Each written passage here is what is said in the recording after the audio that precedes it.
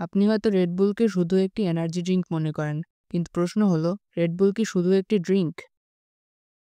১৯৮৭ সালে অস্ট্রিয়ান উদ্যোক্তা ডিট্রিক ম্যাডভার্ট আর থাইল্যান্ডের ড্রাইভার উইভিডিয়া মিলে রেড বুল প্রতিষ্ঠা করেন। তাদের লক্ষ্য ছিল এনার্জি ড্রিঙ্কের বাজারে নতুন কিছু করা, যেটা অ্যাটিটিউড, স্পিরিট আর সাহসকে প্রমোট করবে। রেড বুল কখনোই সাধারণ বিজ্ঞাপন দেয়নি। তাদের tagline Red Bull gives you wings, আর সেই উইংস দিয়েই তারা আক্ষরিক অর্থেই উড়তে শুরু করেছে। Air racing, sky diving, extreme sports, এমনকি স্পেস জাম্প। ২০০৪ সালের শেষ দিকে রেড বুল কিনে নেয় জ্যাগুয়ার রেসিং নামের একটি দুর্বল F1 টিমকে। সেই দলকে তারা রূপ দেয় রেড বুল রেসিংয়ে, আর ২০০৫ সালে ট্র্যাকে নামে তাদের প্রথম রেস কার RB1।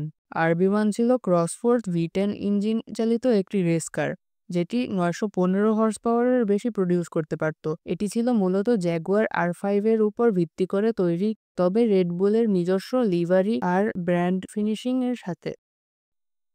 এই RB1ই ছিল রেড বুলের নতুন রেসিং যাত্রার প্রথম পদক্ষেপ, যা পরবর্তীতে গড়ে তোলে এক কিংবদন্তি দল। এরপর ২০১০ থেকে ১৩ পর্যন্ত রেড বুল ৪ বার কনস্ট্রাক্টরস চ্যাম্পিয়ন হয়। ২০২১ সালে আবার ফিরে আসে রাজত্ব। ম্যাক্স ভার্স্টাপেন হয়ে ওঠেন চ্যাম্পিয়ন, আর ২০২৩ সালে তাদের RB19 গাড়ি হয়ে ওঠে ইতিহাসে সবচেয়ে সফল F1 কার। রেড বুল কেবলমাত্র ড্রিঙ্কস কোম্পানি বা রেস কার না, তারা নিজেদের media company, media label, sports সবকিছু চালায়। প্রতিটি ইভেন্টে তারা তৈরি করেছে অ্যাড্রেনালিনের নতুন সংজ্ঞা। ফর্মুলা 1 টিমসগুলোর মধ্যে ফেরারি, মার্সিডিজ প্রোডাকশন কার বানালেও রেড বুল বানায় না। তারা গাড়ি বিক্রি করে না, তবে তারা বিক্রি করে গতি, লাইফস্টাইল আর স্পিরিট।